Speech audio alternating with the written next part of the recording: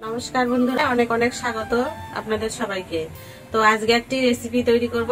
রেসিপিটি হচ্ছে কোয়াশ দিয়ে মাছের ঝোল। তো এখানে আমি সবজি নিয়েছি, কোয়াশ নিয়েছি, কোয়াশ কেটে নেব।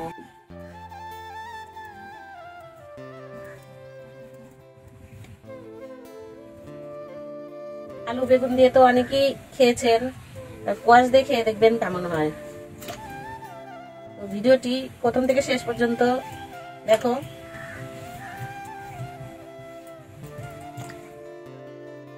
মাছে লবণ হলুদ দিয়ে মেখে নেবো।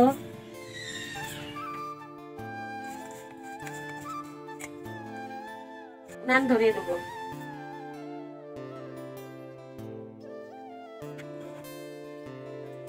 এদিকে নান ধরিয়ে দিয়েছি, এদিকে আমি মশলাটা করে নেবো। আদা জিরে লঙ্কা একসঙ্গে বেটে নেবো।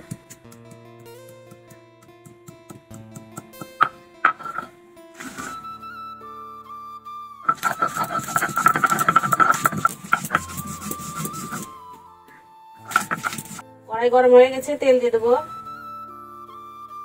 মাছ ছেড়ে দেবো।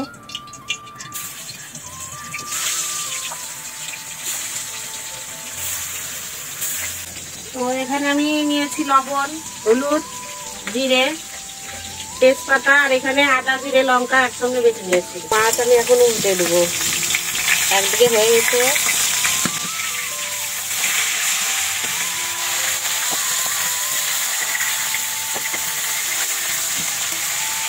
মাছগুলো ভাজা হয়ে গেছে, আমি উঠিয়ে নেব।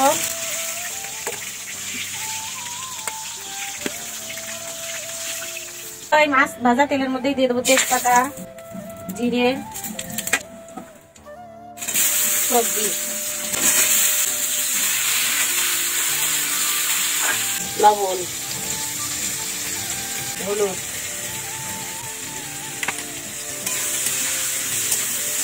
তো এখানে আদা জিরে লঙ্কা একসঙ্গে বেটে নিয়েছি, এটা দিয়ে দেবো। মশলা যেন পুড়ে না যায় তার জন্য একটু জল দেবো।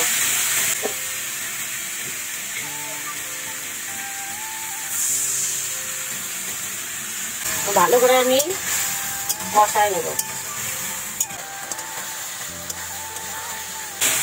সবজি কষে গেছে, এখন জল দিয়ে দেবো।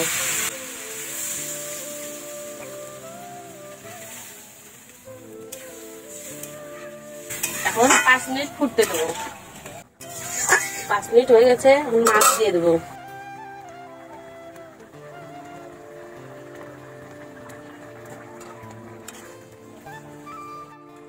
তো হয়ে গেছে, এখন নামিয়ে দেবো।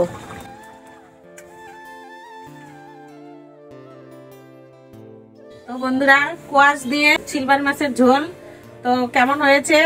ভিডিওটি যদি ভালো লাগে লাইক কমেন্ট শেয়ার করবেন, আর চ্যানেলটি সাবস্ক্রাইব করতে ভুলবেন না। পাশে থাকা বেল আইকন ক্লিক করবেন। নমস্কার।